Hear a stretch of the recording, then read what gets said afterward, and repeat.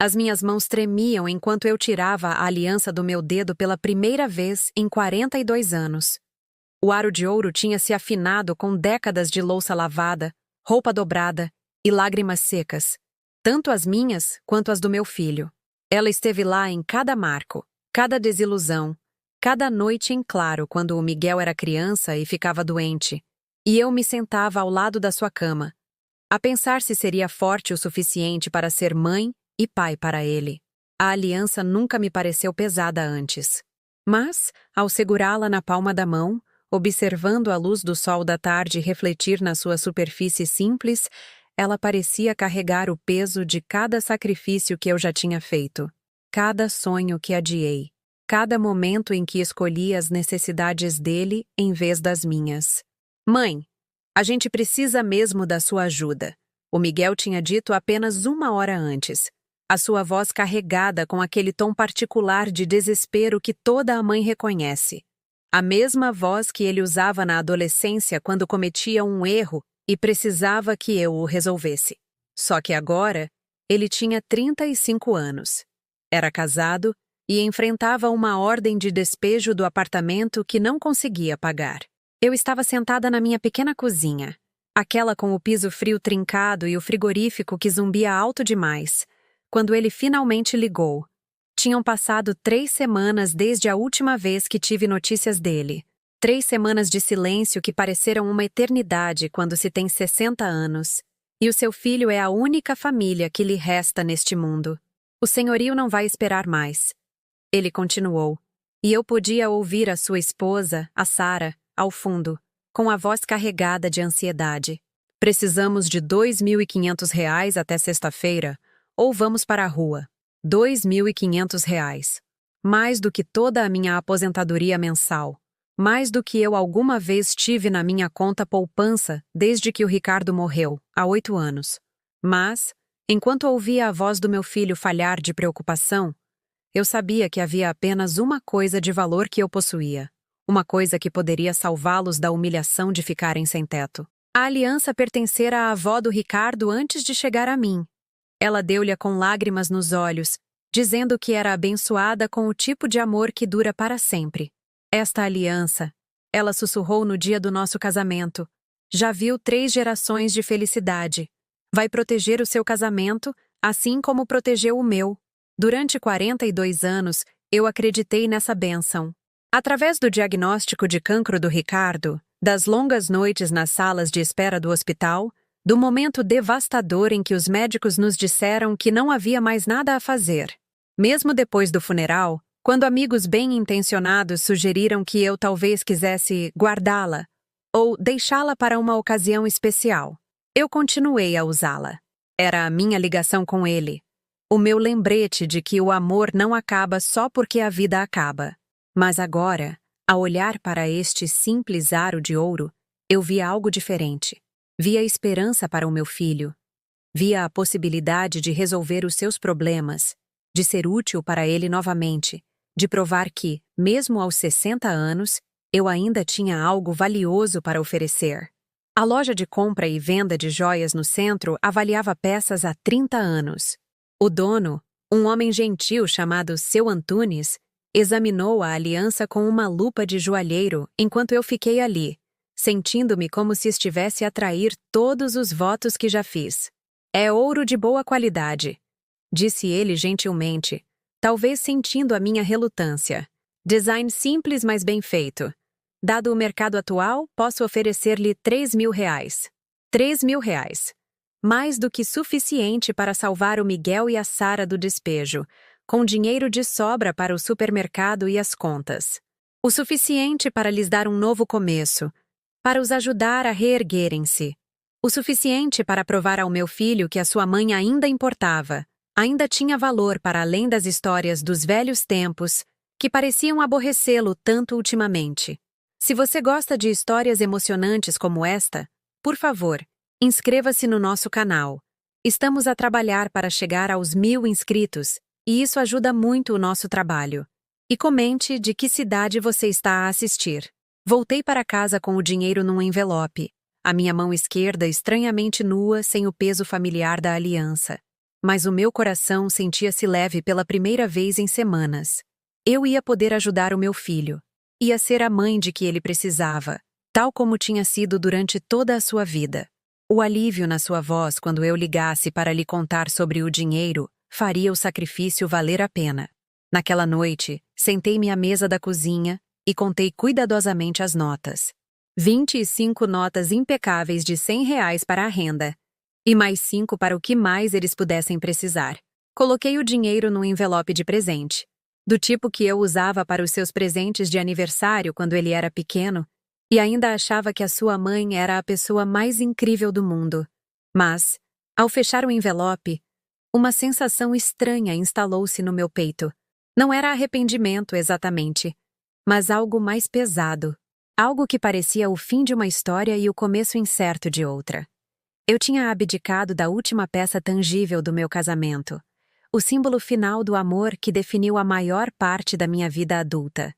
Do lado de fora da minha janela, a vizinhança instalava-se na sua rotina noturna. Famílias a jantar, crianças a terminar os trabalhos de casa, casais a conversar sobre os seus dias. A vida normal a continuar em toda a sua beleza comum, enquanto eu me sentava sozinha com um envelope cheio de dinheiro que representava tudo o que me restava para dar. Peguei no meu telemóvel para ligar ao Miguel, para lhe dar as boas notícias, para ouvir a gratidão na sua voz que faria este sacrifício valer a pena. O meu dedo pairou sobre o número dele, e por um instante, permiti-me imaginar a sua reação. O alívio, os agradecimentos, talvez até a sugestão de que eu fosse lá jantar para que pudessem celebrar juntos. Mas algo me fez parar. Um instinto que vinha a crescer nos últimos meses, através das chamadas telefônicas mais curtas e das visitas canceladas, através da forma como o sorriso da Sarah nunca chegava aos olhos quando ela olhava para mim. Uma voz silenciosa que se perguntava se abdicar da minha aliança realmente mudaria alguma coisa. Pousei o telemóvel e olhei para o envelope. Amanhã, eu iria de carro até o apartamento deles e entregaria este presente. Amanhã, eu descobriria se o amor de uma mãe ainda podia fazer milagres, se o sacrifício ainda significava algo para as pessoas por quem nos sacrificamos. Esta noite, sentei-me na minha cozinha vazia e tentei não pensar na marca pálida de pele no meu dedo anelar, ou na forma como a minha mão parecia incompleta sem o círculo dourado que me fez sentir casada mesmo na viuvez. Esta noite, tentei acreditar que alguns presentes valem a pena ser dados, mesmo quando não temos a certeza de que serão recebidos com o amor com que são oferecidos. A viagem até o apartamento do Miguel pareceu mais longa do que o habitual, embora eu já tivesse feito o mesmo trajeto de 20 minutos inúmeras vezes nos últimos 2 anos. Cada semáforo vermelho parecia durar uma eternidade, dando-me tempo demais para ensaiar o que diria. Como apresentaria este presente de uma forma que não parecesse caridade? Eu queria que ele entendesse que aquilo não era dinheiro de pena. Era uma mãe a investir no futuro do seu filho, tal como sempre fizera. O condomínio deles ficava num bairro mais afastado, um daqueles lugares onde os casais jovens começam a vida quando ainda estão a descobrir como ser adultos juntos. O estacionamento estava cheio de carros populares e sedãs antigos, o tipo de veículo conduzido por pessoas que priorizam a fiabilidade em vez da aparência. Estacionei ao lado da caminhonete do Miguel, aquela com a moça na porta do passageiro que ele dizia que ia consertar há meses, mas nunca parecia encontrar tempo ou dinheiro para isso. Subi as escadas externas até o apartamento deles no 2º andar, com o envelope a pesar na minha bolsa. O meu coração batia mais rápido do que deveria, embora eu dissesse a mim mesma que era apenas o esforço físico. Aos 60 anos, as escadas estavam a tornar-se mais um desafio do que eu gostava de admitir, especialmente quando carregava o peso emocional de um momento tão importante. Antes que eu pudesse bater, ouvi vozes através da porta fina. A voz da Sarah, mais alta do que o habitual com o estresse. Não me importa de onde vem o dinheiro, Miguel. Não vou morar no meu carro porque você é orgulhoso demais para pedir ajuda. Eu já te disse, eu liguei para ela. A voz do Miguel carregava a frustração de um homem que se sentia encurralado. Ela disse que ia dar um jeito. Ela sempre dá.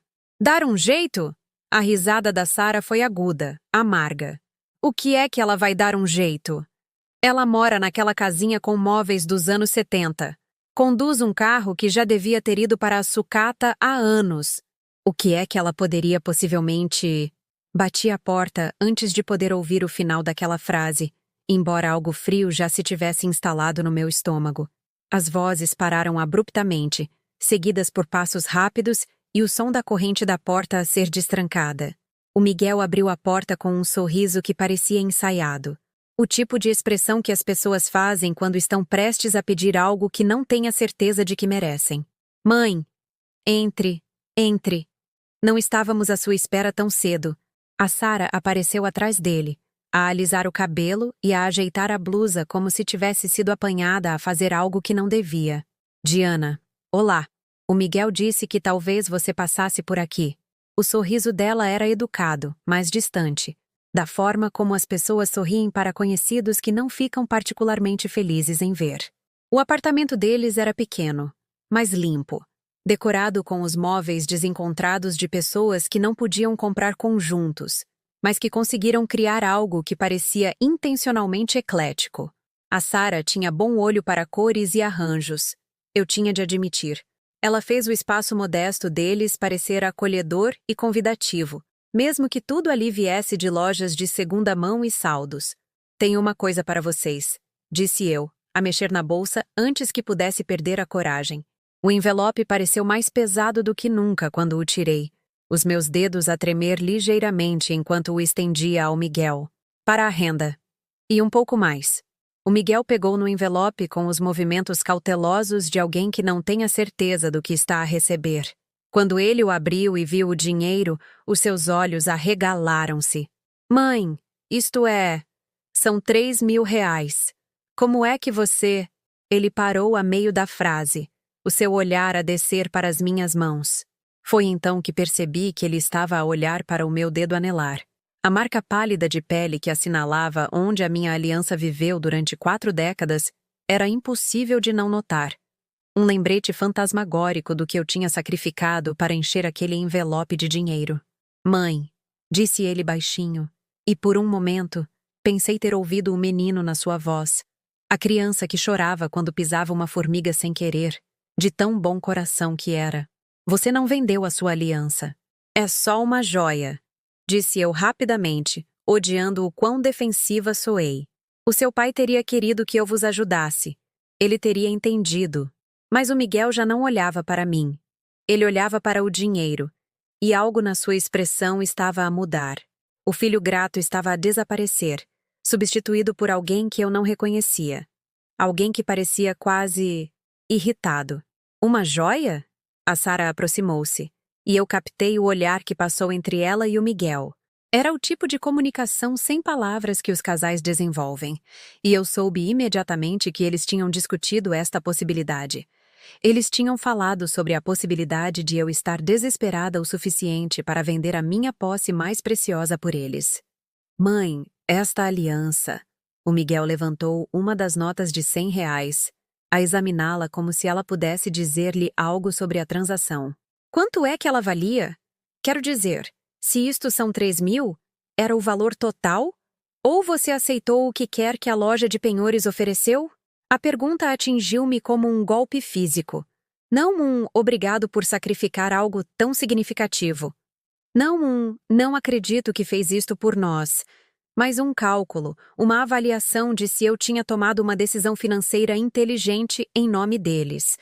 Isso não importa, disse eu, embora a minha voz soasse mais baixa do que eu pretendia.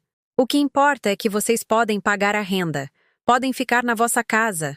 A Sara cruzou os braços, e eu reparei que ela usava uma pulseira nova, de prata delicada com pequenos pingentes que refletiam a luz. Parecia cara. Certamente mais cara do que qualquer coisa que eu pudesse comprar. Diana, nós agradecemos, de verdade. Mas não acha que deveria ter discutido isto conosco primeiro? Quero dizer, e se tivéssemos encontrado outra solução? Outra solução? Olhei para os dois confusa. O Miguel disse que precisavam do dinheiro até sexta-feira. Disse que iam ser despejados. Bem, sim, mas...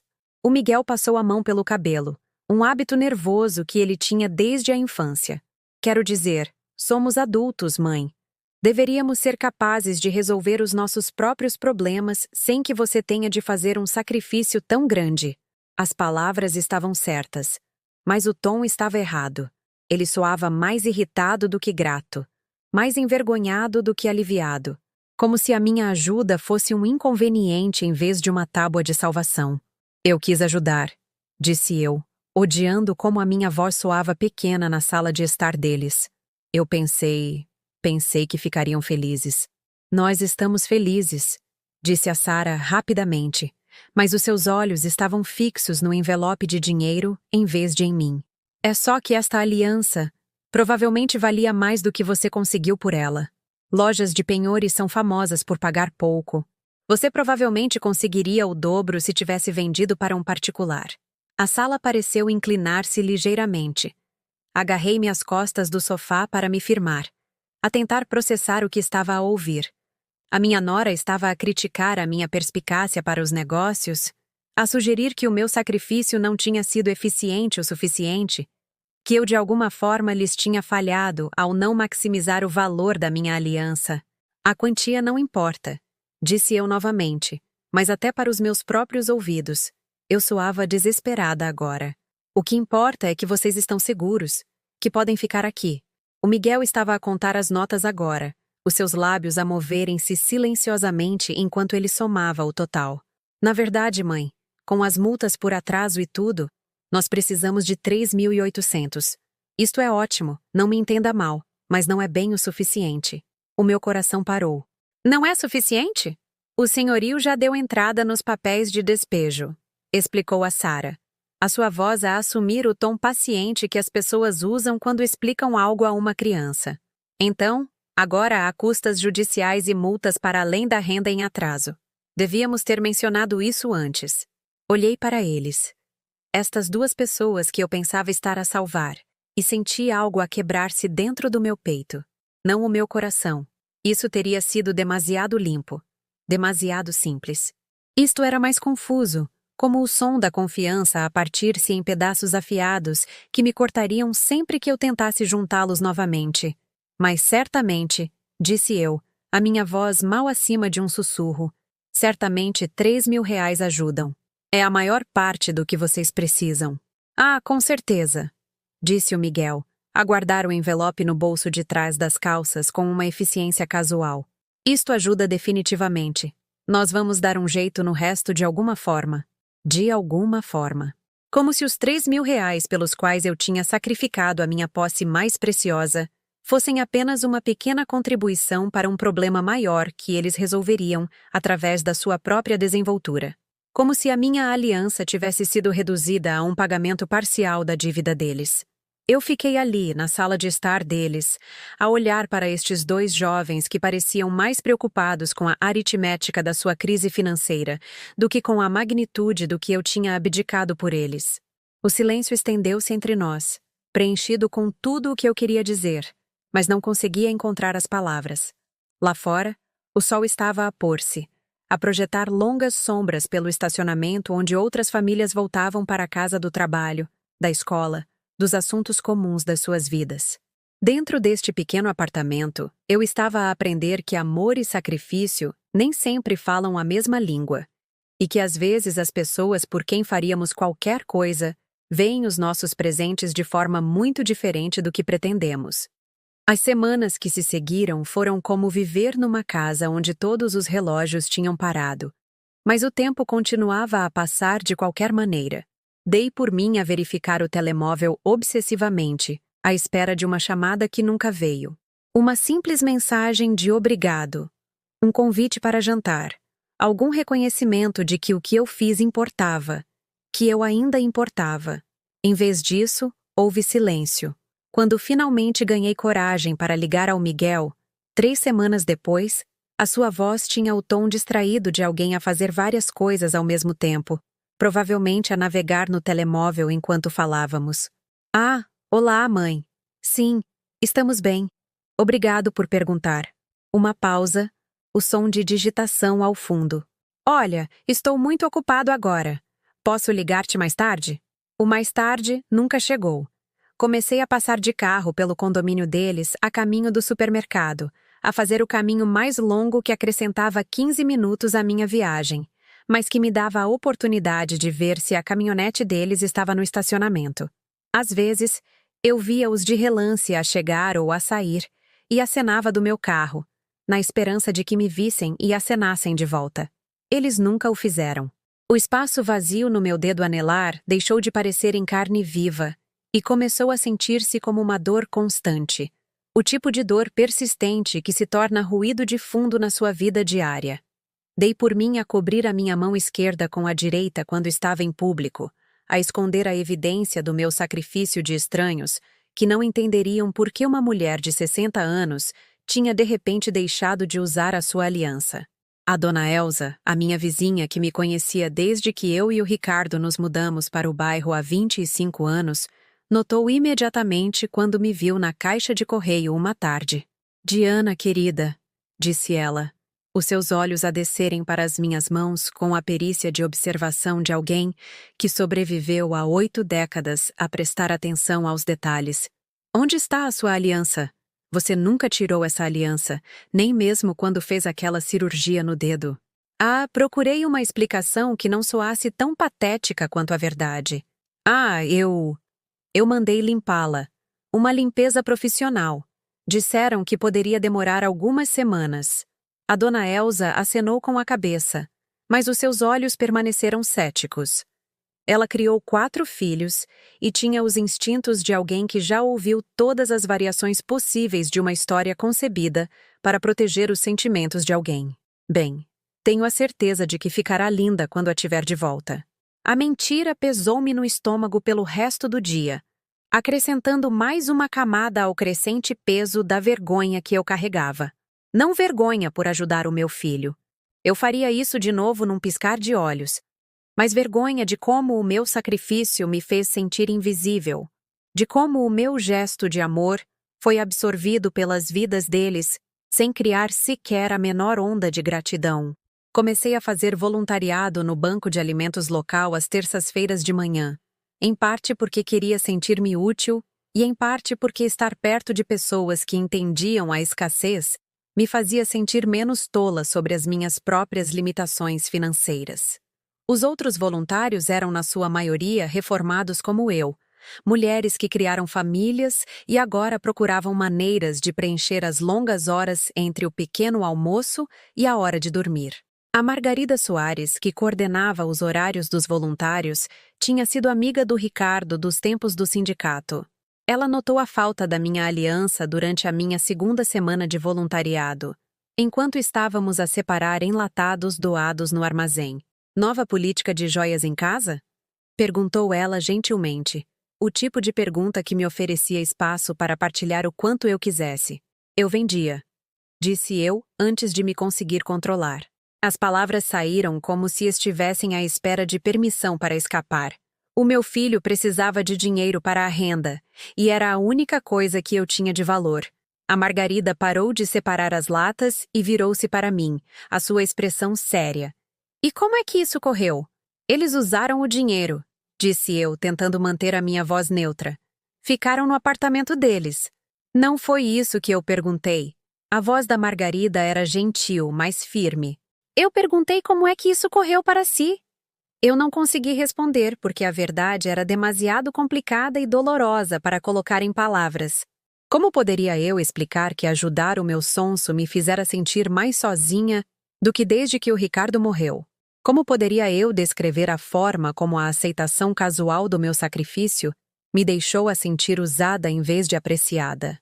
"Diana", disse a Margarida em voz baixa, "na minha experiência, quando os filhos adultos deixam de dizer obrigado, geralmente é porque começaram a dar como garantidas coisas que não deveriam dar como garantidas. Naquela noite, dei por mim a ligar novamente ao Miguel, impulsionada por uma solidão que parecia fome. Quando ele atendeu, ouvi a voz da Sara, ao fundo, a falar sobre planos para o jantar e de quem era a vez de ir às compras. "Olá, querido", disse eu, tentando injetar calor na minha voz, apesar do meu estômago se revirar de ansiedade. Estava a pensar em vocês. Como estão as coisas? Bem, mãe. Está tudo bem. A sua voz soava tensa, como se a minha chamada fosse uma interrupção com a qual ele não queria lidar. Estava a pensar se talvez você e a Sara gostariam de vir jantar cá, a casa este fim de semana. Eu podia fazer aquela carne de panela que você adorava quando era pequeno, com as cenouras e as batatas como o pai me ensinou. Uma pausa. Uma pausa demasiado longa. Na verdade, mãe, estamos muito ocupados este fim de semana. A irmã da Sara está na cidade e prometemos passar tempo com a família dela. A irmã da Sara. Eu já tinha ouvido falar dela. Mais nova que a Sara, recém-noiva. O tipo de pessoa que parecia sempre ter notícias excitantes e histórias interessantes para partilhar. O tipo de pessoa que fazia mães de 60 anos sentirem-se antigas e irrelevantes em comparação. Ah, disse eu, tentando esconder a desilusão na minha voz. Talvez no próximo fim de semana, então? Sim, talvez. Olha, a Sara precisa de ajuda com uma coisa. A chamada caiu antes que eu pudesse dizer adeus, deixando-me de pé na minha cozinha com o telefone ainda pressionado contra o ouvido, a ouvir o sinal de linha ocupada que soava como a música mais solitária do mundo. Olhei em volta da minha pequena casa. A casa que eu e o Ricardo compramos quando o Miguel tinha 5 anos e pensávamos que a encheríamos com mais filhos que nunca vieram. A sala de estar com os seus móveis confortáveis, mas antiquados. A cozinha com os seus eletrodomésticos antigos que ainda funcionavam perfeitamente, mas pareciam gastos em comparação com as conveniências modernas que eu via nas casas de outras pessoas. De repente, todo o lugar pareceu-me um museu de uma vida que aconteceu a outra pessoa, preservada exatamente como era quando essa vida ainda fazia sentido. Pela primeira vez desde que o Ricardo morreu, perguntei-me se era assim que eu ia passar o resto dos meus anos. Sozinha nesta casa, a ligar para um filho que parecia cada vez mais relutante em falar comigo, a tentar convencer-me de que o meu sacrifício valeu a pena quando as evidências sugeriam o contrário. Fui até ao meu quarto e abri a caixa de joias na minha cômoda. A olhar para o espaço de veludo vazio, onde a minha aliança costumava descansar todas as noites durante 42 anos. As outras peças, os brincos de pérola da minha mãe, uma pequena cruz de ouro que o Ricardo me deu no nosso primeiro aniversário, um relógio que parou de funcionar há anos, mas que não consigo deitar fora, pareciam solitárias e incompletas, sem a aliança que ancorava a coleção. Foi então que reparei no pequeno envelope enfiado atrás da caixa de joias, algo de que me tinha esquecido no caos emocional das últimas semanas. Dentro, havia uma fotografia da formatura do Miguel, tirada há 8 anos, quando a Sara era ainda apenas a sua namorada, e eu era apenas a sua mãe orgulhosa, em vez do seu plano de emergência financeiro. Na foto, o braço do Miguel estava à volta dos meus ombros, ambos a sorrir para a câmara com a alegria descomplicada de pessoas que acreditavam que o futuro seria ainda melhor do que o presente. Eu usava o meu melhor vestido, azul marinho com pequenas flores brancas, e a minha aliança refletia a luz do sol, criando um pequeno brilho dourado que a câmera capturou perfeitamente. A olhar para aquela fotografia, para a mulher que eu costumava ser e para a relação que costumava ter com o meu filho, senti algo a mudar dentro do meu peito. Não aceitação, exatamente. E ainda não o tipo de raiva que me poderia motivar a exigir um tratamento melhor. Apenas um reconhecimento silencioso de que a pessoa naquela fotografia merecia mais respeito do que estava a receber atualmente. Guardei a foto de volta no envelope e fechei a caixa de joias, mas não antes de passar o dedo pelo veludo vazio onde a minha aliança costumava estar. Amanhã, decidi eu, vou parar de esperar que o meu telemóvel toque. Amanhã, vou parar de passar de carro pelo condomínio deles, na esperança de vislumbrar a vida que ajudei a salvar. Amanhã, vou começar a lembrar-me de quem eu era antes de me tornar alguém cujo amor podia ser dado como garantido. O ponto de ruptura chegou numa terça-feira à tarde de outubro, quando decidi surpreender o Miguel e a Sara com biscoitos caseiros. Passei a manhã a fazer a sua receita favorita de biscoitos com gotas de chocolate. A mesma que eu fazia para as festas da escola e festas de aniversário. usando os ingredientes que mal podia pagar, mas que comprava de qualquer maneira, porque fazer as pessoas felizes costumava ser o que eu fazia de melhor. Bati a porta deles 3 vezes antes de a Sara finalmente atender, com o cabelo desarrumado e a sua expressão a mudar imediatamente de confusão para algo que parecia quase irritação quando me viu ali de pé com um prato coberto de papel de alumínio. Diana, disse ela sem abrir a porta mais do que o necessário para me ver. Não estávamos à sua espera. Eu fiz biscoitos, disse eu, a levantar o prato como uma oferenda. Os favoritos do Miguel. Pensei que talvez pudéssemos tomar um café e pôr a conversa em dia. De algum lugar atrás dela, ouvi risos. Não o riso do Miguel, mas mais leve, mais feminino. Várias vozes, na verdade, o som de pessoas a divertirem-se juntas. Ah, disse a Sara, a olhar para trás por cima do ombro. Na verdade, agora não é uma boa altura. A minha irmã e as amigas dela estão aqui, e estamos meio que no meio de uma coisa. Pela fresta da porta, vislumbrei a sala de estar deles. Mulheres jovens estavam espalhadas pelos móveis, com copos de vinho nas mãos, sacos de compras de lojas caras empilhados perto do sofá. Uma delas segurava um vestido que ainda tinha as etiquetas, enquanto outra tirava fotos com o telemóvel. Estas mulheres eram da idade da Sara, talvez mais novas, todas vestidas com roupas que custavam mais do que o meu orçamento mensal de supermercado.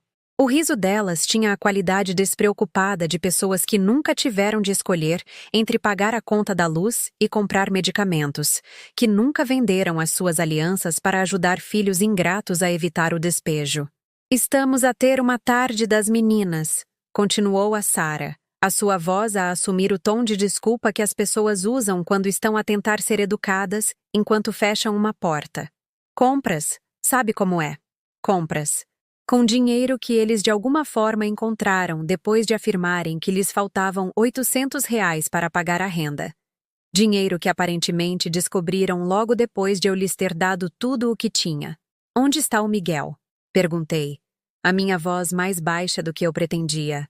No trabalho, disse a Sara rapidamente. Ele arranjou umas horas extras. Mas, mesmo enquanto ela dizia isso, ouvi uma voz masculina da sala de estar, familiar e calorosa, a dizer algo que fez as outras mulheres rirem novamente. A voz do meu filho. O meu filho, que supostamente estava no trabalho, estava em casa a dar uma festa, enquanto a sua mãe estava à sua porta a segurar biscoitos como uma velha patética que não entendia que não era bem-vinda. A Sara deve ter percebido que eu o ouvi, porque as suas bochechas coraram. Olha, Diana, talvez possamos tomar um café outra vez, quando as coisas estiverem menos caóticas. É a minha mãe? A voz do Miguel chamou da sala, mais perto agora, como se ele estivesse a caminhar em direção à porta. Mas ele não veio cumprimentar-me. Em vez disso, ouvi a Sara a responder. Sim, ela só passou por aqui por 1 minuto. 1 minuto. Era o que a minha visita valia. 60 segundos do tempo deles, interrompidos da sua festa onde aparentemente estavam a gastar dinheiro que afirmaram não ter, enquanto entretinham amigos que nunca me foram apresentados. Vou só deixar isto, disse eu, a empurrar o prato em direção a Sara com mãos que começaram a tremer. Para mais tarde. A Sara pegou nos biscoitos com a polidez mecânica de alguém a aceitar um panfleto de um promotor de rua. Obrigada, Diana. É muita gentileza da sua parte. Gentileza. A palavra soou como uma bofetada. O meu sacrifício tinha sido reduzido a gentileza. O mesmo adjetivo que as pessoas usavam para as pinturas a dedo das crianças ou para os vizinhos idosos que tinham boas intenções, mas não entendiam bem como o mundo funcionava mais. Enquanto caminhava de volta para o meu carro, ouvi a porta a fechar-se atrás de mim com uma finalidade que pareceu ecoar pelo estacionamento. Dentro do apartamento, os risos recomeçaram imediatamente, como se a minha visita não tivesse sido mais do que uma breve interrupção no seu bom momento. Sentei-me no meu carro por um longo tempo, a olhar para o prédio onde o meu filho vivia a sua vida sem mim. O apartamento que eu salvei com a minha aliança, onde ele entretinha amigos enquanto mentia à mãe sobre fazer horas extras, onde os meus biscoitos provavelmente ficariam intocados num balcão até que alguém se lembrasse de os deitar fora. Naquela noite, liguei para a minha irmã Janete pela primeira vez em meses. Ela morava a 3 estados de distância com o seu marido de 40 anos, numa casa cheia de netos que a visitavam todos os fins de semana e ligavam só para conversar durante a semana. Diana, a voz da Janete era calorosa com prazer genuíno. Que surpresa maravilhosa! Como estás, querida? A pergunta libertou algo dentro de mim e, antes que eu pudesse impedir-me, estava a chorar. Não as lágrimas silenciosas e dignas que eu vinha a derramar em privado há semanas, mas os soluços feios e ofegantes de alguém cuja compostura cuidadosamente construída finalmente desabou sob demasiado peso. Oh, querida, disse a Janete, a sua voz a mudar imediatamente para o tom protetor que ela usava quando éramos crianças, e eu corria para ela com joelhos arranhados ou sentimentos feridos. O que se passa? O que aconteceu? Eu contei-lhe tudo. Sobre a aliança, sobre o dinheiro que não foi suficiente, sobre as chamadas não retornadas e a visita que durou menos de 1 minuto. Sobre sentir-me invisível na vida do meu próprio filho, como um problema a ser gerido em vez de uma pessoa a ser amada. Quando terminei, o silêncio do outro lado da linha estendeu-se tanto que me perguntei se a chamada tinha caído. Diana! Disse finalmente a Janete, a sua voz cuidadosamente controlada de uma forma que me disse que ela estava a escolher as suas palavras com muito cuidado. Há quanto tempo é que ele te trata assim? A pergunta apanhou-me de surpresa porque me forçou a pensar para além da crise recente, nos padrões que se vinham a desenvolver há meses, talvez anos. As chamadas telefônicas gradualmente mais curtas. Os planos cancelados. A forma como a Sara nunca se afeiçoou a mim, apesar dos meus esforços para a incluir nas tradições familiares e recebê-la na nossa pequena família. Não sei, disse eu honestamente. Aconteceu tão gradualmente que eu não reparei até agora. E você vendeu a sua aliança por ele. Sim, a aliança que a avó do Ricardo te deu, aquela que você usou durante o cancro dele, durante o funeral, durante 8 anos de viuvez. Sim, outra longa pausa. Diana, querida, preciso de te perguntar uma coisa, e quero que penses bem na tua resposta. Quando foi a última vez que o Miguel fez algo por ti? Não algo que você pediu, mas algo que ele ofereceu porque queria fazer-te feliz? Vasculhei a minha memória, a percorrer meses de conversas unilaterais e planos cancelados e pedidos de ajuda que nunca foram retribuídos. Anos de aniversários em que eu enviei cartões e presentes, mas recebi chamadas que duraram apenas o tempo suficiente para serem educadas. Uma década de feriados em que eu fiz todo o planeamento, a cozinha e a limpeza, enquanto o Miguel e a Sara apareciam como convidados nas suas próprias vidas. Não me consigo lembrar, sussurrei. Oh, querida. A voz da Janete estava cheia do tipo de tristeza que vem de ver alguém que amamos, a magoar-se ao tentar consertar algo que pode estar fundamentalmente quebrado. Acho que está na hora de você começar a lembrar-se de quem era antes de se tornar o fundo de emergência de alguém. Depois de desligarmos, sentei-me na minha casa vazia e olhei para a vida que construí. As fotografias na lareira que eram na sua maioria do Miguel em várias idades, com apenas algumas do Ricardo e de mim dos primeiros anos do nosso casamento. O frigorífico coberto com as velhas conquistas escolares e boletins do Miguel, preservados como peças de museu de um tempo em que a minha opinião sobre as suas realizações realmente importava para ele. Durante 42 anos, eu defini-me pelas minhas relações, primeiro como esposa do Ricardo, depois como mãe do Miguel. Mas o Ricardo tinha partido, e o Miguel aparentemente decidiu que ser meu filho era menos importante do que manter a distância confortável que lhe permitia aceitar a minha ajuda, sem se sentir obrigado a retribuir o meu afeto. Fui ao meu quarto e abri novamente a caixa de joias, a olhar para o espaço vazio onde a minha aliança costumava descansar. Mas, pela primeira vez desde que a vendi, não estava a pensar no que tinha perdido. Estava a pensar no que ainda tinha. Ainda tinha a Janete, que largou tudo para me ouvir chorar e me lembrar do meu valor. Ainda tinha a Dona Elsa, que notava quando eu estava a sofrer e se importava o suficiente para fazer perguntas gentis. Ainda tinha a Margarida no banco de alimentos, que via através das minhas explicações educadas a verdade por baixo. Ainda me tinha a mim mesma. A mulher que criou um filho sozinha depois da morte do marido, que trabalhou em 2 empregos para o colocar na faculdade, que sacrificou a sua posse mais preciosa para o salvar de ficar sem teto. Essa mulher merecia mais do que passar os seus anos restantes a mendigar migalhas de atenção de alguém que se esqueceu de como ser grato. Mas eu ainda tinha outra coisa. Algo que o Miguel não sabia. Algo que poderia mudar tudo se eu fosse corajosa o suficiente para usá-lo. Algo que poderia lembrá-lo, e a mim, exatamente com quem ele estava a lidar quando escolheu tratar a sua mãe como uma estranha. A coisa que eu ainda tinha estava num envelope pardo no fundo da gaveta da minha secretária, debaixo de velhas declarações de impostos e garantias de eletrodomésticos que há muito se avariaram. Eu tinha me esquecido completamente disso até que as palavras da Janete me forçaram a lembrar de quem eu costumava ser. Não apenas a mãe do Miguel ou a viúva do Ricardo, mas de Ana Moraes, uma mulher que uma vez foi inteligente e forte o suficiente para planear o futuro. O envelope continha documentos que eu guardei há 23 anos e nunca mais pensei neles. Papéis que o Ricardo insistiu que fizéssemos para o caso de algo acontecer. Embora na altura eu achasse que ele estava a ser excessivamente cauteloso.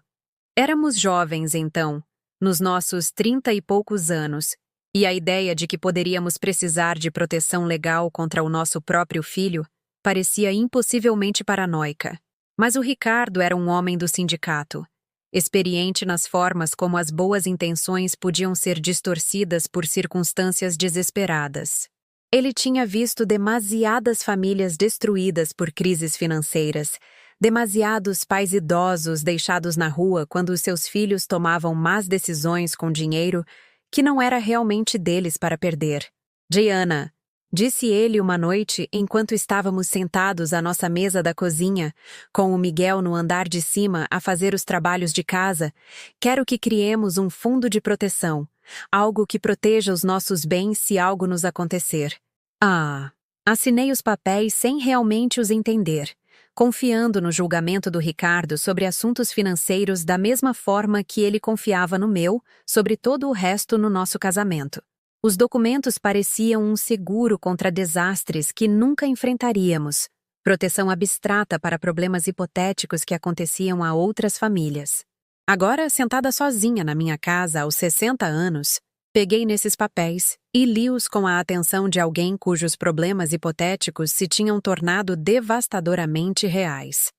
O fundo era complicado, cheio de linguagem jurídica que tive de ler 3 vezes para entender completamente. Mas a estrutura básica era clara o suficiente. O Ricardo e eu tínhamos protegido os nossos bens mais valiosos, a casa, as nossas poupanças, até as minhas joias, colocando-os numa entidade legal que não podia ser tocada por credores, falência ou as más decisões financeiras dos nossos beneficiários.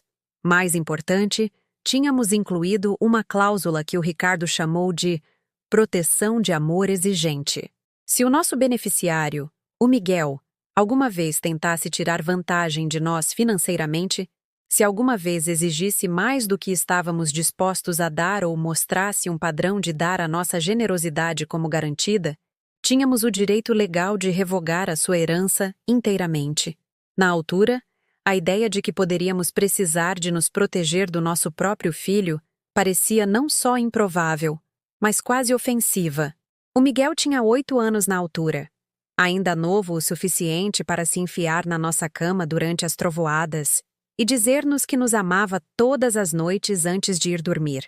A noção de que esta criança doce poderia um dia tratar-nos com crueldade ou indiferença era impensável. Mas o Ricardo tinha sido inflexível. Já vi bons miúdos a tornarem-se adultos com direito a tudo, disse ele. Já vi pais a sacrificarem tudo apenas para serem descartados quando já não eram úteis.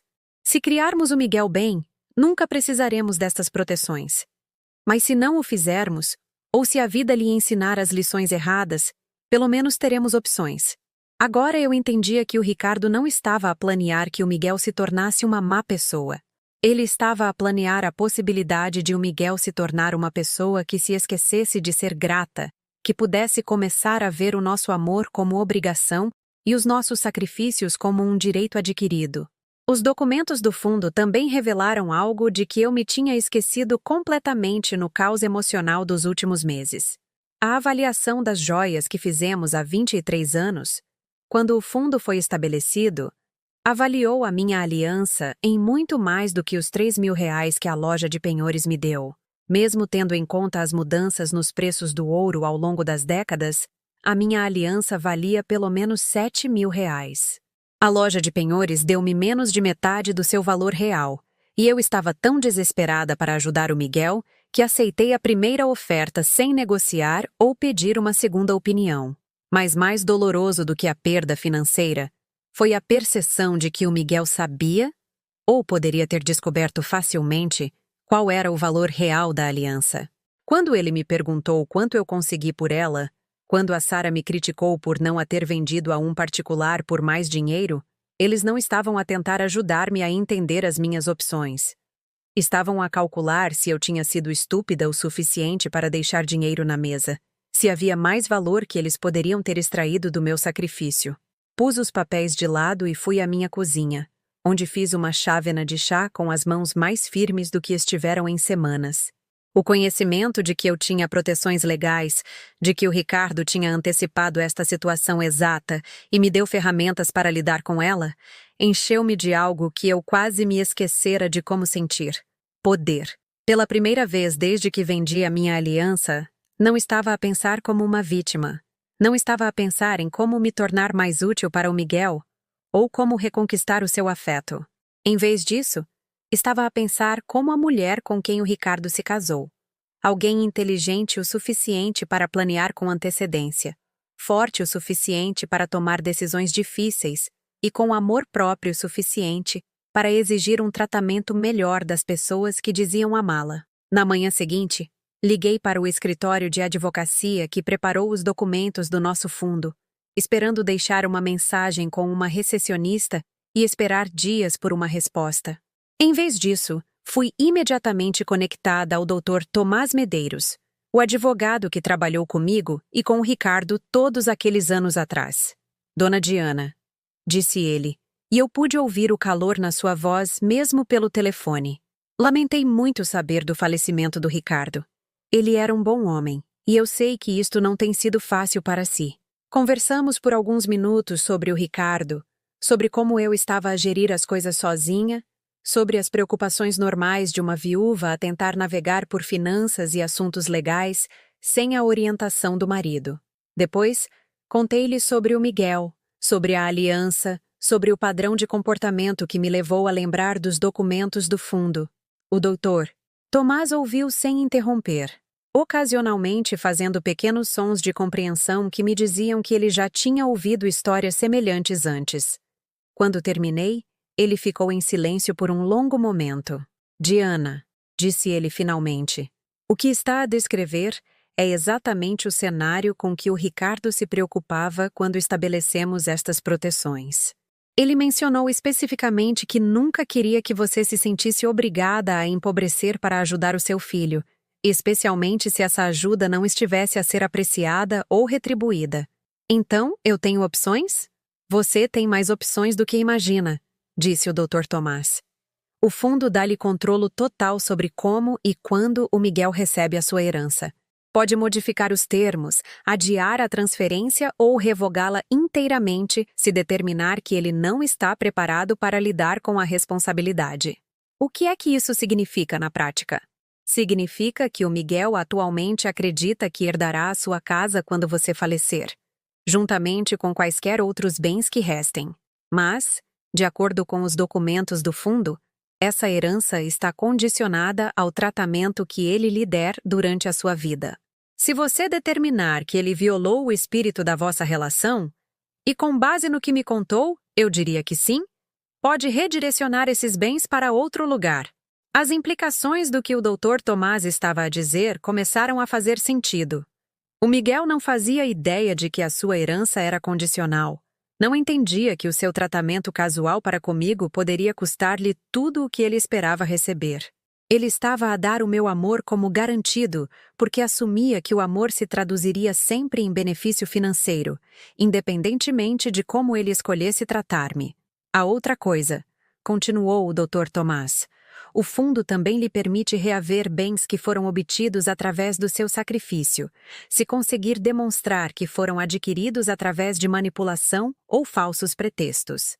Por outras palavras, se o Miguel deturpou a sua situação financeira para lhe extrair dinheiro, você pode ter base para exigir a restituição. Pensei na festa que presenciei, nos sacos de compras e nos copos de vinho, e na forma casual como mentiram sobre o Miguel estar a fazer horas extras. Nos R$ 3.000 que supostamente não foram suficientes para cobrir as suas despesas, enquanto de alguma forma encontraram dinheiro para entreter amigos e comprar roupas novas. Como é que isso funcionaria? Começaríamos com uma carta de notificação formal, a explicar a situação e a solicitar que ele devolva o dinheiro ou forneça documentação que mostre exatamente como foi usado para os fins que ele alegou. Se ele não puder ou não quiser fazer isso, temos várias opções legais para a recuperação. Depois de desligar o telefone, sentei-me à mesa da minha cozinha e olhei para a casa que pensei que poderia perder quando não pudesse mantê-la apenas com a minha reforma. A casa que o Miguel assumia que seria dele um dia, independentemente de como me tratasse entretanto.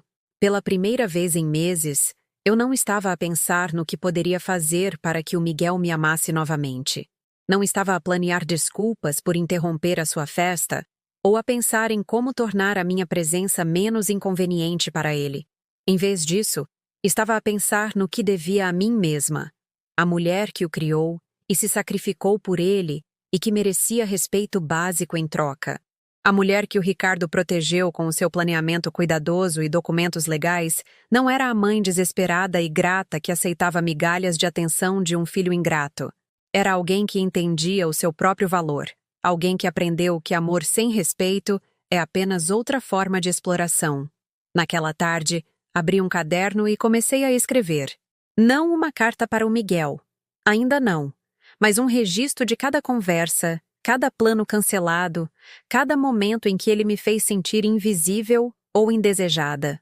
Anotei datas, horas e palavras específicas, criando um registro documental do padrão que me levou a vender a minha aliança por alguém que tratou o gesto como um pequeno inconveniente. Não foi a raiva que guiou a minha caneta pelas páginas. Foi a clareza. O tipo de pensamento calmo e metódico que surge quando se para de tentar consertar uma relação e se começa a preparar para se salvar. O Miguel tinha se esquecido com quem estava a lidar, mas eu estava prestes a lembrá-lo. A transformação não aconteceu da noite para o dia. Durante 3 semanas, segui a minha rotina diária com a precisão metódica de alguém a preparar-se para a guerra. Documentei tudo, cada chamada não retornada, cada promessa quebrada, cada pequena afronta que eu anteriormente desculpava como o Miguel estar ocupado ou estressado. O caderno encheu-se de evidências de um padrão que eu estivera demasiado desesperada para ver claramente antes. Mas eu não estava apenas a colecionar queixas. Estava a reconstruir-me desde a base, a lembrar-me de quem Diana Moraes tinha sido antes de se encolher o suficiente para caber nas margens da vida do seu filho. Comecei com pequenas coisas. Comprei um vestido novo, não caro, mas novo, de uma loja a sério em vez das lojas de segunda mão a que me habituei. Azul escuro com botões prateados, fazia-me parecer alguém que merecia respeito. Cortei e arranjei o cabelo num profissional pela primeira vez em anos, trocando o meu prático rabo de cavalo por um visual mais suave que me tirou 5 anos do rosto. Quando a dona Elsa me elogiou a aparência enquanto estávamos ambas a ver o correio, percebi que me tinha esquecido de como era bom ocupar espaço no mundo, ser vista como algo mais do que a mãe decepcionante de alguém. Você está linda, Diana, disse ela com um calor genuíno. Essa cor fica-lhe perfeita. Obrigada, respondi, e senti-o. Durante meses, eu tinha aceitado elogios com a modéstia defensiva de alguém que não acreditava que os merecia. Agora, estava a aprender a dizer obrigada como se o sentisse, como se eu valesse a gentileza que as pessoas ofereciam. Também comecei a dizer não às coisas. Quando a coordenadora de voluntários no banco de alimentos perguntou se eu podia cobrir turnos extras porque estavam com falta de pessoal, eu recusei educadamente. Quando a minha vizinha perguntou se eu podia tomar conta dos seus gatos enquanto ela ia viajar, eu recomendei um serviço de pet sitting. Durante décadas, eu fui a pessoa a quem todos ligavam quando precisavam de algo. A mulher confiável que nunca tinha planos importantes o suficiente para atrapalhar as necessidades de outras pessoas. Mas estava a descobrir que ter limites não me tornava egoísta, tornava-me respeitada. As pessoas começaram a perguntar sobre os meus planos antes de fazerem pedidos. Começaram a tratar o meu tempo como se tivesse valor porque eu finalmente o estava a tratar dessa forma. Mais importante, parei de ligar para o Miguel. Esta foi a mudança mais difícil, porque todos os instintos maternais que eu possuía gritavam contra ela. Durante 35 anos, eu fui a pessoa que iniciava o contacto, que procurava quando passava demasiado tempo entre as conversas, que mantinha a ligação que sustentava a nossa relação. Mas estava a começar a entender que uma relação onde apenas uma pessoa se esforça não é realmente uma relação. É apenas uma pessoa a agarrar-se desesperadamente a alguém que já está a afastar-se. O silêncio estendeu-se por 2 semanas. 2 semanas a verificar o meu telemóvel e a lutar contra o impulso de ligar para ele. A perguntar-me se ele tinha notado que a sua mãe parara de o procurar, ou se a minha ausência na sua vida era tão insignificante que mal se registrava.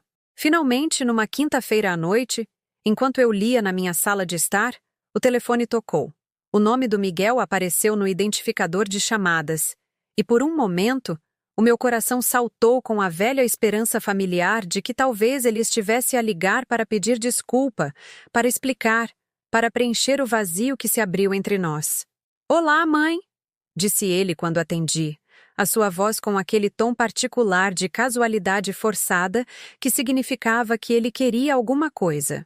"Como estás?" "Estou bem, obrigada", respondi, mantendo a minha própria voz neutra e educada. Não fria, mas também não calorosa. A voz que eu poderia usar com um conhecido distante. Bom. Olha, eu estava a pensar. O aniversário da Sarah é na próxima semana, e eu queria fazer algo especial para ela. Sabes como as coisas têm estado apertadas desde a situação da renda? E eu estava a pensar se talvez me poderias ajudar com um presente? Nada demais. Talvez uns R$ 400 para eu lhe poder comprar algo bonito. O atrevimento deixou-me sem fôlego. Ele não falava comigo há 2 semanas. Não me agradecera pelos R$ 3.000 que lhe dei. Não reconhecera a minha existência desde o dia em que estive à sua porta a segurar biscoitos caseiros enquanto ele mentia sobre fazer horas extras. E agora ele estava a ligar para pedir mais dinheiro. Tão casualmente como se estivesse a pedir direções para a bomba de gasolina mais próxima. Na versão antiga da nossa relação, eu teria dito que sim imediatamente. Teria me preocupado em como arranjar R$ 400 que não tinha, ter-me-ia sentido culpada por sequer hesitar em ajudar o meu filho a fazer a sua esposa feliz. Teria arranjado desculpas para o seu mau timing e a sua falta de gratidão. Teria dito a mim mesma que este pedido era a prova de que ele ainda precisava de mim, que ainda me via como alguém valioso o suficiente para ligar quando estava em apuros. Mas a mulher que passou 3 semanas a reconstruir o seu amor próprio tinha prioridades diferentes. "É um gesto atencioso", disse eu cuidadosamente. "Tenho a certeza de que a Sarah vai gostar do que quer que escolhas para ela." Uma pausa. Ele esperava um acordo imediato, uma conformidade automática com o seu pedido. A minha resposta neutra claramente o apanhou de surpresa. "Certo, mas eu esperava... Quero dizer, você sempre foi tão generosa com os presentes, e eu sei que se importa que a Sarah se sinta bem-vinda na família." A manipulação era tão transparente que era quase insultuosa. Ele estava a tentar responsabilizar-me pela felicidade da sua esposa, a tentar enquadrar o seu pedido como uma oportunidade para eu provar o meu valor como sogra, em vez do que realmente era. Mais um pedido de dinheiro de alguém que tinha deixado de oferecer qualquer coisa em troca. "Miguel", disse eu em voz baixa, "quando foi a última vez que me ligaste só para saber como eu estava?" Outra pausa, mais longa desta vez. "Como assim?" "Quero dizer exatamente o que perguntei. Quando foi a última vez que me ligaste porque querias falar comigo E não porque precisavas de alguma coisa de mim? Mãe, não estou a entender por que é que estás a ser assim. Eu ligo-te a toda a hora. Ligaste-me há 2 semanas para pedir dinheiro para a renda. Antes disso, foram 3 semanas. Das 2 vezes, desligaste assim que a conversa se desviou das tuas necessidades imediatas. Por isso, pergunto de novo. Quando foi a última vez que ligaste só para conversar? O silêncio estendeu-se entre nós, preenchido pelo peso de uma pergunta que ele não conseguia responder honestamente. Porque a verdade era que o Miguel tinha deixado de me ver como uma pessoa que valia a pena conhecer e começara a ver-me apenas como um recurso a ser acedido quando necessário. Olha, mãe, não sei o que te deu ultimamente, mas isto não é teu feitio. Sempre nos apoiaste quando precisamos de ajuda. Tens razão, disse eu. E pude ouvir o aço a insinuar-se na minha voz, apesar dos meus esforços para me manter calma. Eu sempre vos apoiei. Vendi a minha aliança para evitar que fossem despejados, e tu criticaste-me por não ter conseguido dinheiro suficiente por ela. Trouxe-vos biscoitos caseiros, e tu mentiste-me na cara sobre o porquê de não poderes passar 5 minutos a conversar comigo. Liguei-te dezenas de vezes nos últimos meses, e tu não retornaste exatamente nenhuma dessas chamadas, a menos que precisasses de alguma coisa. Isso não é... Quer dizer... As coisas têm estado muito estressantes com o trabalho e... Miguel, interrompi, usando o mesmo tom firme que usava quando ele era criança e era apanhado numa mentira. Preciso que ouças com muita atenção o que te vou dizer. Algo na minha voz deve tê-lo avisado de que esta conversa estava prestes a tornar-se mais séria do que ele antecipara, porque quando ele falou novamente, a manipulação casual desapareceu, substituída por cautela. Ok, mãe. Estou a ouvir. Eu criei-te para seres melhor do que isto. Criei-te para entenderes que as relações exigem respeito, gratidão e cuidado recíproco. Mas, de alguma forma, esqueceste-te dessas lições. Começaste a tratar-me como um banco em vez de como tua mãe. E eu tenho permitido esse comportamento ao aceitar migalhas de atenção e ser grata por qualquer tempo que me pudesses dispensar. Mãe, isso não é justo. Eu importo-me contigo. É só que... Deixa-me terminar. A minha voz estava calma, mas implacável, carregando a autoridade de alguém que finalmente se lembrou do seu próprio valor. Não estou zangada contigo, Miguel. Estou desiludida. Mas, mais do que isso, eu desisti. Desisti de implorar pelo teu tempo. Desisti de aceitar desrespeito disfarçado de agendas ocupadas. Desisti de sacrificar a minha dignidade pelo privilégio de te ser útil.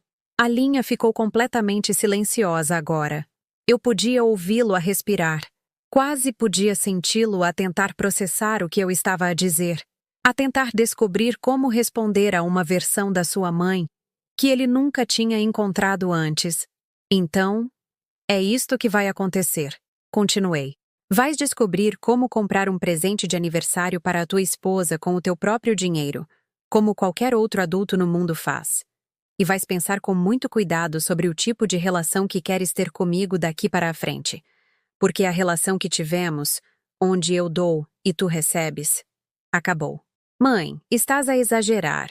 Se não queres ajudar com o presente, tudo bem, mas não precisas de... Adeus, Miguel. Desliguei antes que ele pudesse terminar. Antes que ele pudesse tentar minimizar o que eu disse ou convencer-me de que eu estava a ser irracional. Pela primeira vez em meses, senti-me eu mesma novamente. Não a mulher desesperada e grata que tinha tanto medo de perder o amor do seu filho, que se esqueceu de exigir o seu respeito. O telefone tocou novamente quase de imediato. Olhei para o identificador de chamadas. Vi o nome do Miguel e desliguei o telemóvel por completo. Algumas conversas, eu estava a aprender, exigiam silêncio para serem verdadeiramente ouvidas.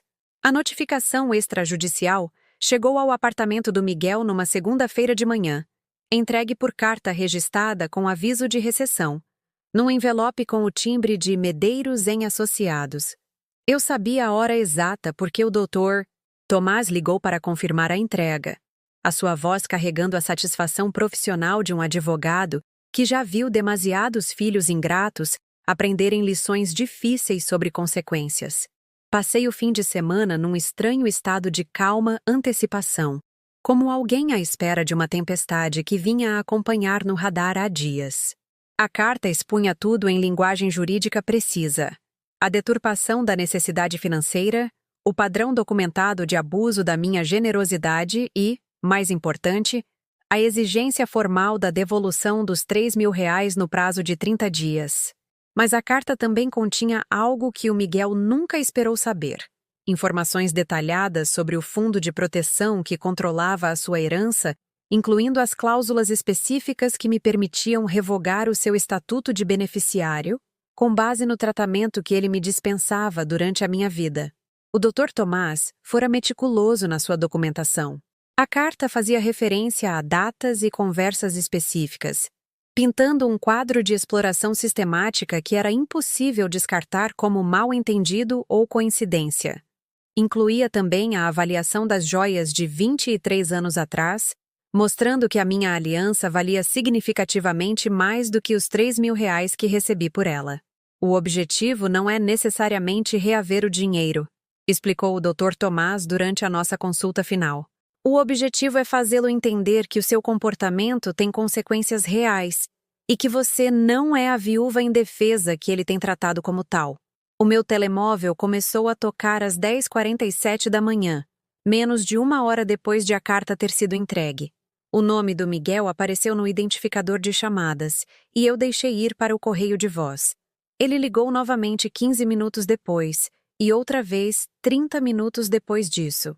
Ao meio-dia, ele já tinha ligado 7 vezes, cada mensagem de voz escalando de confusa para desesperada e depois para zangada. Ouvi-as todas com o interesse desapegado de alguém a observar uma experiência científica. Na primeira mensagem, ele soava genuinamente perplexo. Mãe, recebi esta carta de um advogado e não entendo o que se está a passar. Podes ligar-me de volta, por favor? Na quarta mensagem, o pânico tinha se instalado na sua voz. Mãe, isto é uma loucura. Não podes estar a falar a sério sobre essa coisa do fundo. Eu sou teu filho. Podemos resolver isto sem advogados. A sétima mensagem revelou a raiva que sempre esteve à espreita sob o seu comportamento arrogante. Sabes que mais, mãe? Isto é ridículo. Depois de tudo o que eu passei, depois de todo o estresse que tenho sofrido, agora estás a ameaçar processar-me? Por causa de R$ 3.000? Não acredito que estás a ser tão mesquinha. Mesquinha. Como se exigir respeito básico e honestidade do meu próprio filho fosse uma falha de caráter da minha parte. Naquela noite, enquanto preparava o jantar para uma pessoa na minha cozinha silenciosa, ouvi a porta de um carro a bater na minha entrada com uma força invulgar. Pela janela, vi o Miguel a caminhar em direção à minha porta da frente. O seu rosto com a expressão de indignação justa que ele usava na adolescência quando era apanhado a quebrar as regras e decidia que a melhor defesa era um ataque agressivo. Ele não bateu à porta. Usou a chave que lhe dei há anos para emergências, entrando na minha casa como se fosse o dono. O que, até recentemente, ele provavelmente assumia que um dia seria. Mãe! Chamou ele ao entrar pela porta da frente sem ser convidado, a sua voz ecoando pela pequena casa com a autoridade de alguém a quem nunca ensinaram que as casas dos outros exigem permissão para entrar. Precisamos de falar sobre esta carta maluca. Desliguei o fogão e fui para a sala de estar, onde o Miguel andava de um lado para o outro como um animal enjaulado, o documento legal amarrotado no seu punho. A Sara estava perto da porta, o seu rosto pálido com o que poderia ser vergonha ou talvez medo. Pela primeira vez desde que a conhecia, ela parecia mais nova do que a sua idade, como uma criança que foi apanhada a fazer algo que sabia ser errado. Olá, Miguel, disse eu calmamente, acomodando-me na minha poltrona favorita. Aquela que o Ricardo costumava brincar comigo por estar posicionada para ter a melhor vista de toda a sala. Vejo que recebeste a carta do Dr. Tomás. Doutor Tomás? Tu tratas por tu o advogado que está a ameaçar processar o teu próprio filho?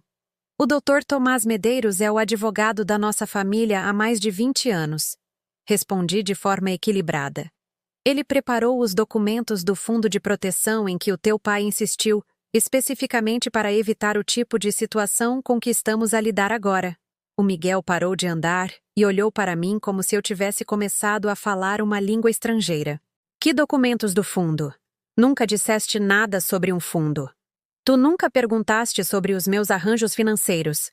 Simplesmente assumiste que tudo o que eu possuía se tornaria automaticamente teu quando eu morresse, independentemente de como escolhesses tratar-me enquanto eu estivesse viva.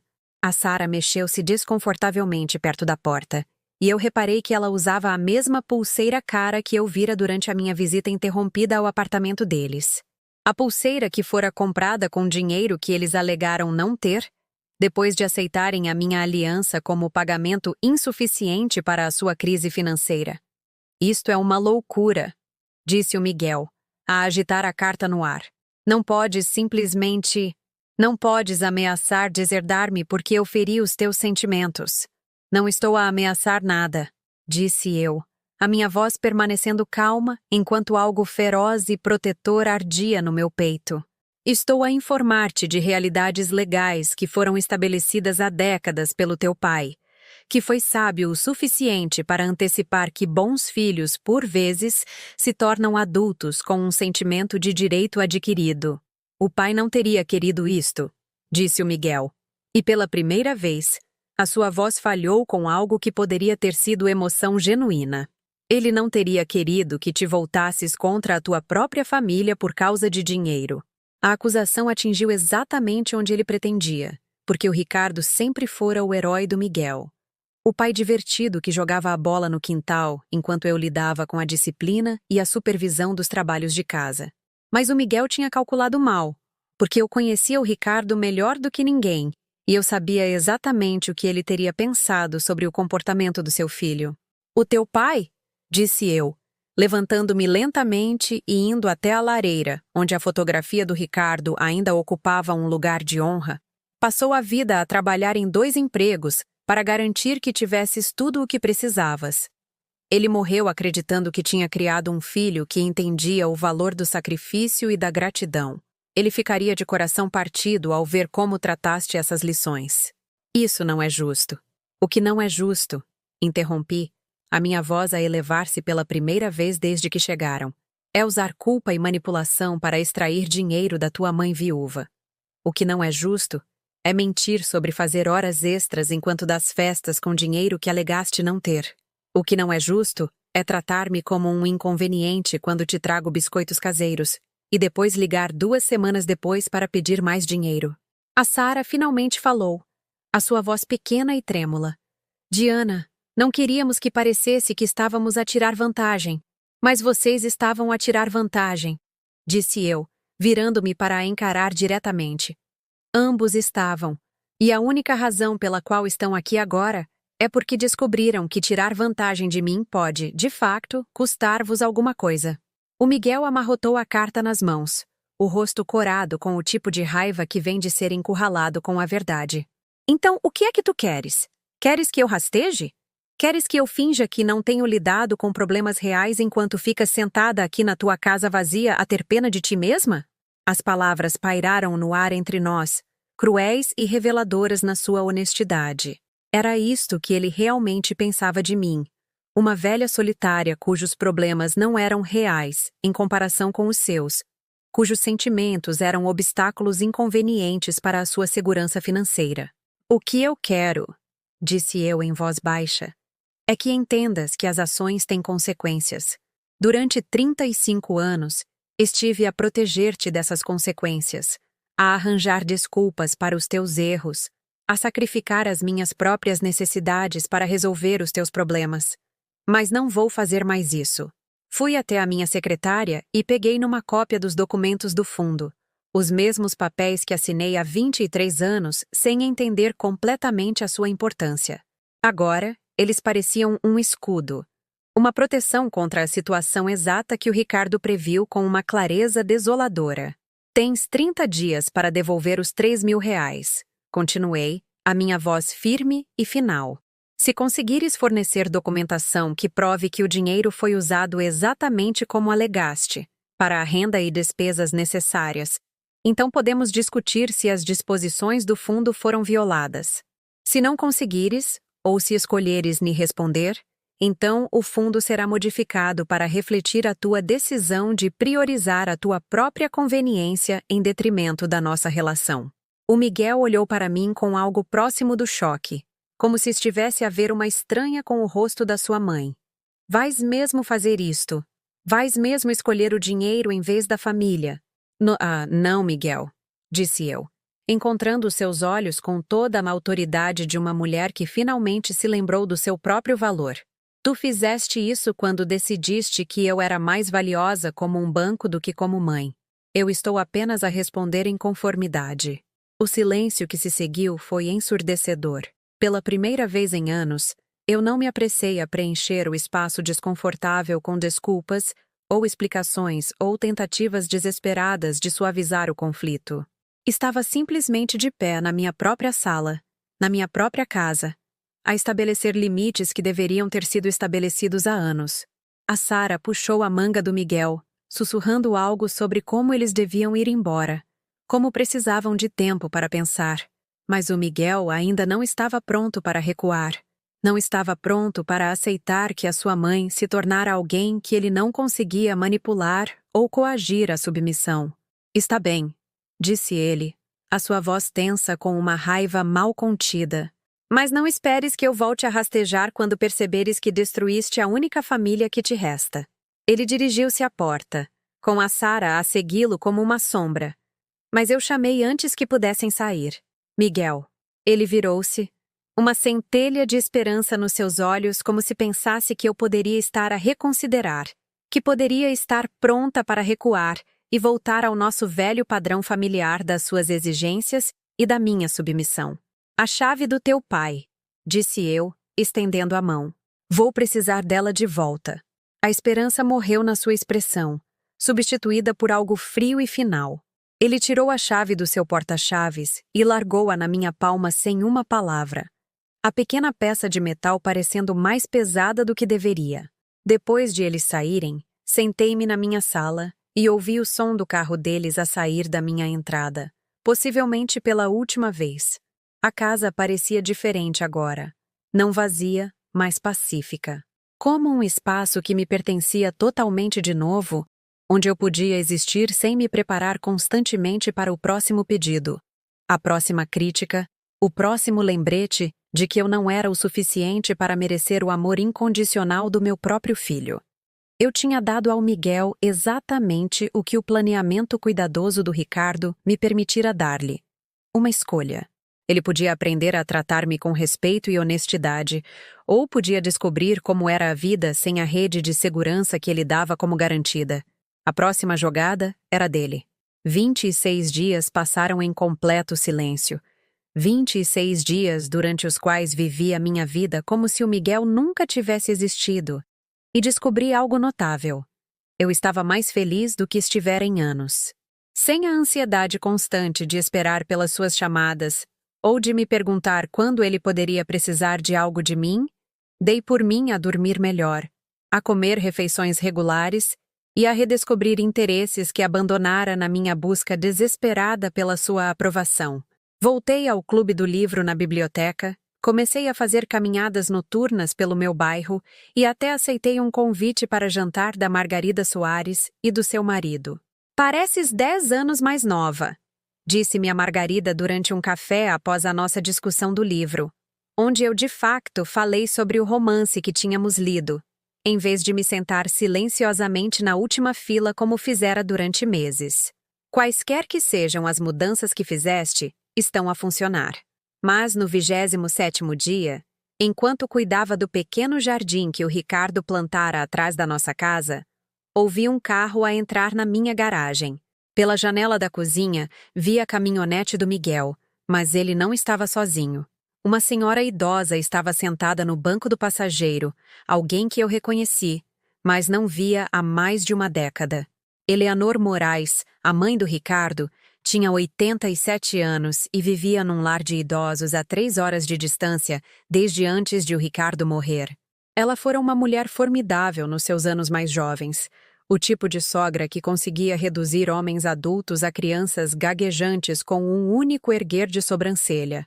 Mas a idade e a doença tinham suavizado as suas arestas. E a nossa relação tornara-se mais calorosa nos últimos anos através de telefonemas ocasionais e postais de boas festas. Observei enquanto o Miguel a ajudava a sair da caminhonete com uma gentileza invulgar, apoiando o seu cotovelo enquanto ela navegava pelo caminho irregular até a minha porta da frente.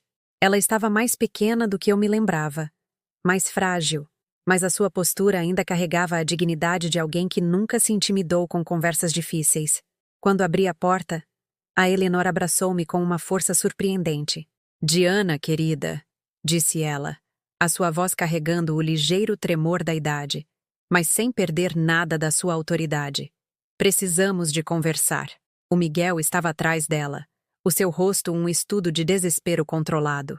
Desaparecera o jovem zangado que saíra da minha casa há quase um mês. No seu lugar, estava alguém que parecia ter lutado com consequências que nunca esperou enfrentar. "Olá, Miguel", disse eu educadamente, afastando-me para os deixar entrar. "Isto é inesperado." "Eu pedi-lhe que me trouxesse", disse a Eleanor, acomodando-se na velha poltrona reclinável do Ricardo, com os movimentos cuidadosos de alguém cujos ossos doíam, mas cujo espírito permanecia inabalável. "Depois de ele me contar o que se tem passado entre vocês os dois."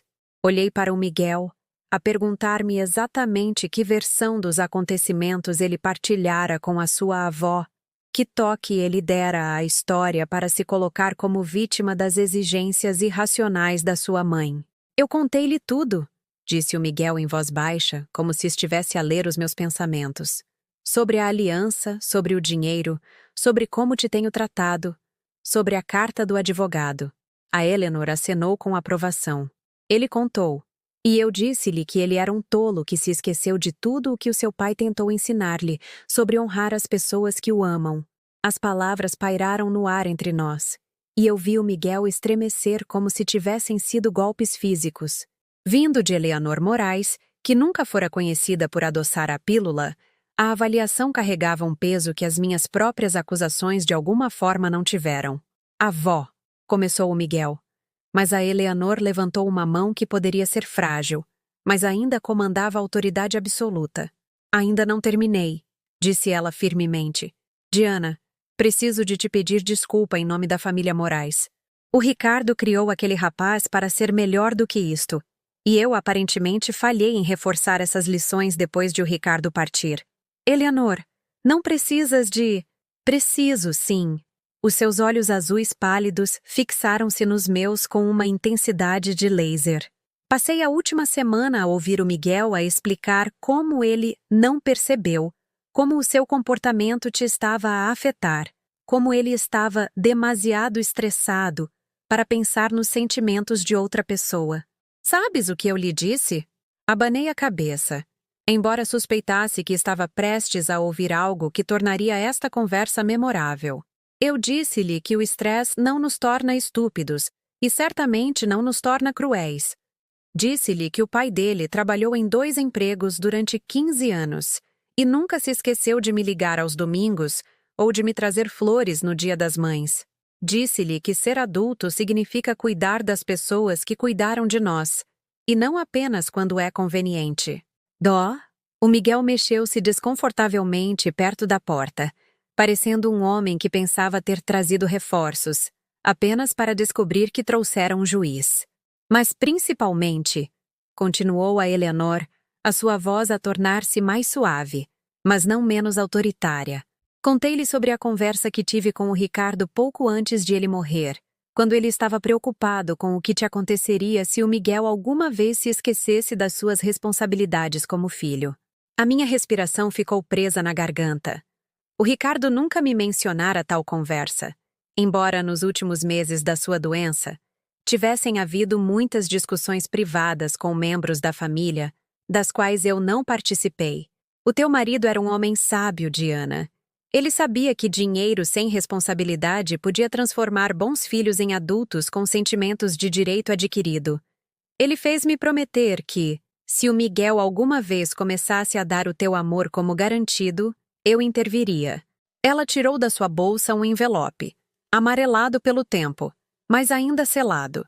Ele escreveu esta carta para o Miguel há 10 anos, quando começou a preocupar-se com a forma como a sua doença estava a afetar a dinâmica familiar.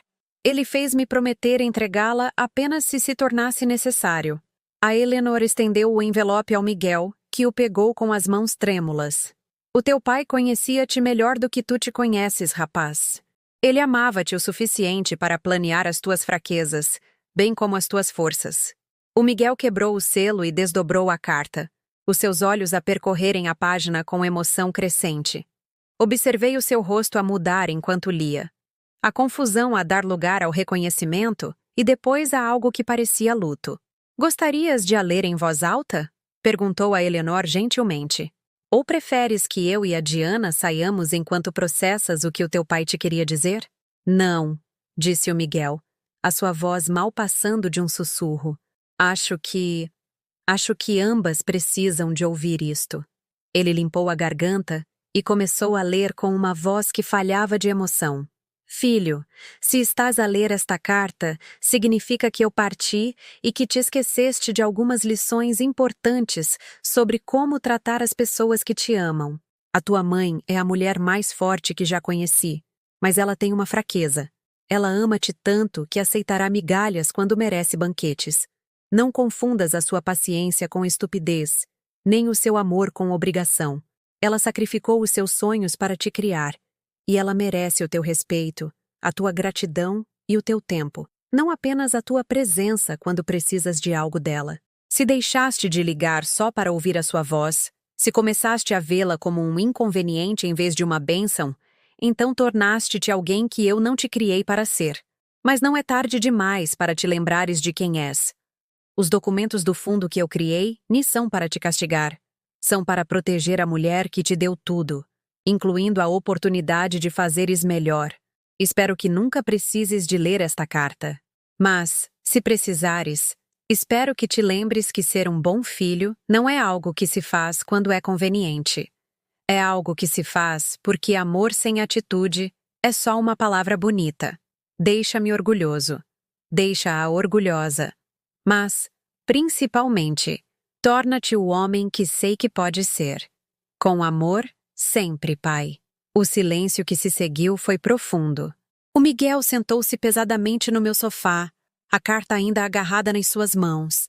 Lágrimas a escorrerem pelo seu rosto com a honestidade crua de alguém cujas justificações cuidadosamente construídas acabaram de se desmoronar em pó.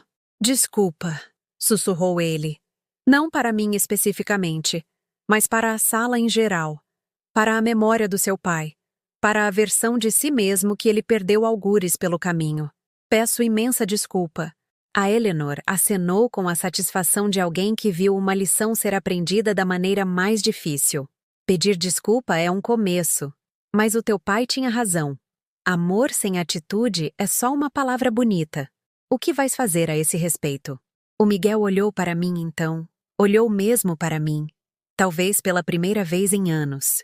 Não como a sua mãe com quem se podia contar para resolver os seus problemas.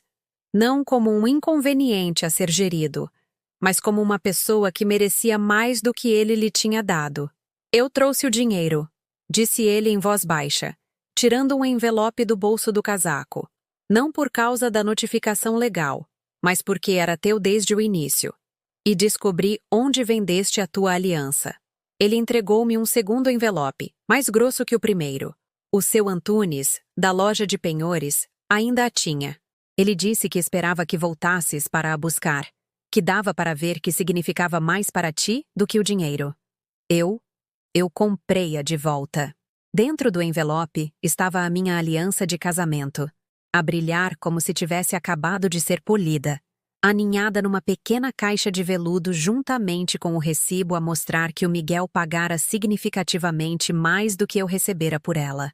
Mais perto do seu valor real. Isto não conserta nada, disse ele enquanto eu deslizava na aliança de volta para o meu dedo, onde se acomodou com o peso familiar de promessas cumpridas e amor honrado. Mas eu queria que a tivesses de volta. Eu queria fazer uma coisa certa. A Eleanor sorriu pela primeira vez desde que chegou. Agora sim, este é o rapaz que o Ricardo criou. A reconciliação não aconteceu da noite para o dia. Levou meses de reconstrução cuidadosa, de aprender novos padrões de comunicação, do Miguel aprovar através de ações consistentes, em vez de palavras desesperadas, que se lembrara de como ser um filho que valia a pena ter. Mas aconteceu, porque às vezes o amor é forte o suficiente para sobreviver até aos seus piores momentos, e às vezes as pessoas que mais nos magoam são capazes de se tornar as pessoas que melhor nos amam. 3 anos depois, enquanto escrevo esta história, o Miguel liga-me todos os domingos de manhã, não porque precisa de alguma coisa, mas porque quer ouvir a minha voz. A Sara e eu tornamo-nos próximas de maneiras que eu nunca esperei, unidas pela nossa compreensão partilhada do que significa amar alguém teimoso o suficiente para aprender com os seus erros. E todas as noites, eu rodo a minha aliança, a aliança do Ricardo, devolvida a mim através de lições que ele ensinou do além-túmulo. E lembro-me que ser velha não significa ser invisível. Às vezes, significa ser imparável. Às vezes, o maior presente que se pode dar a alguém que se ama é a oportunidade de nos perder, porque só então eles aprendem o que realmente tinham e pelo que estão dispostos a lutar para manter. Eu aprendi que aos 62 anos, nunca é tarde para nos lembrarmos de quem somos. E às vezes, se tivermos muita sorte, não é tarde demais para as pessoas que amamos se lembrarem também.